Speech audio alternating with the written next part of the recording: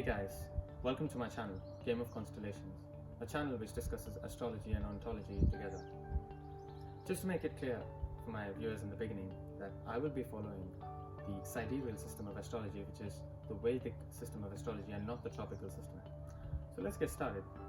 Before I discuss about Jupiter being in retrograde and Jupiter going back into Sagittarius, I'd like to quickly finish up a point on the eclipse, which I wanted to make.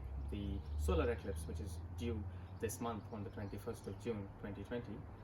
And before we get there, I just want to revisit the previous solar eclipse, which took place on the 26th of December 2019 with a 6-planet conjunction, and followed by a lunar eclipse, which was called the Wolf Moon lunar eclipse.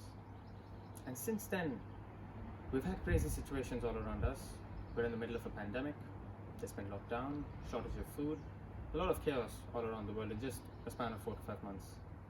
So what is it that this eclipse is going to bring to all of us? I have 2 points for you guys, and one is we're going to be seeing some subtle changes in the Earth's orbit. And what does that mean? Well, it's going to be climate changes.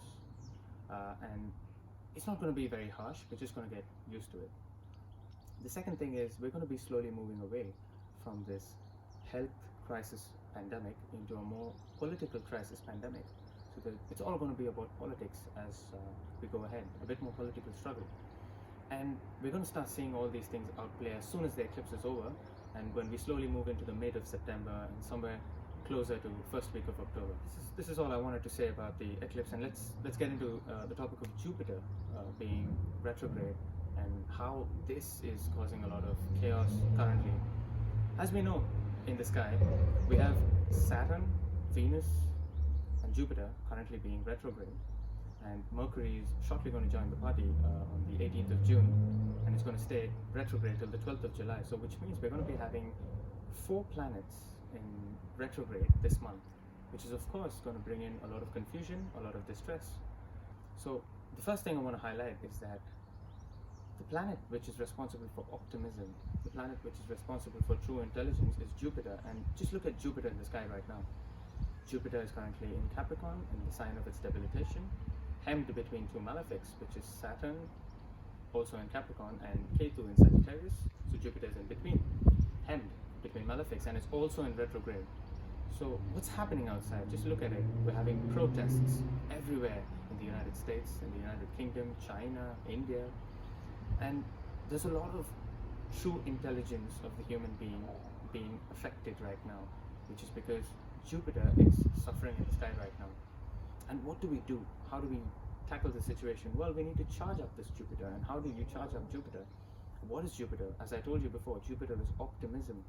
We need to be more optimistic. Jupiter is really suffering in the sky, so that is why most of us are lacking optimism.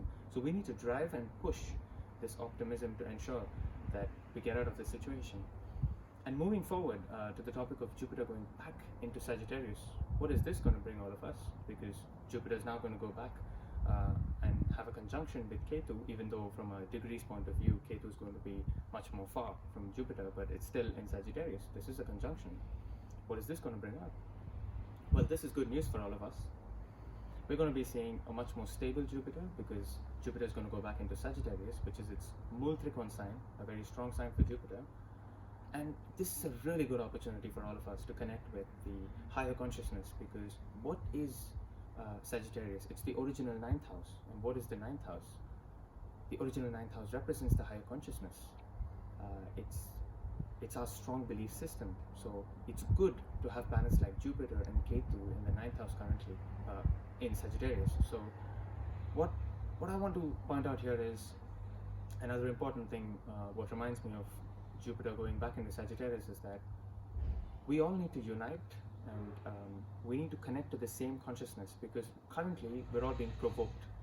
We're really being provoked because most of the planets are in difficult situations in the sky. And just remember one thing, these are transits. They're not going to stay there forever. Of course, planets are moving.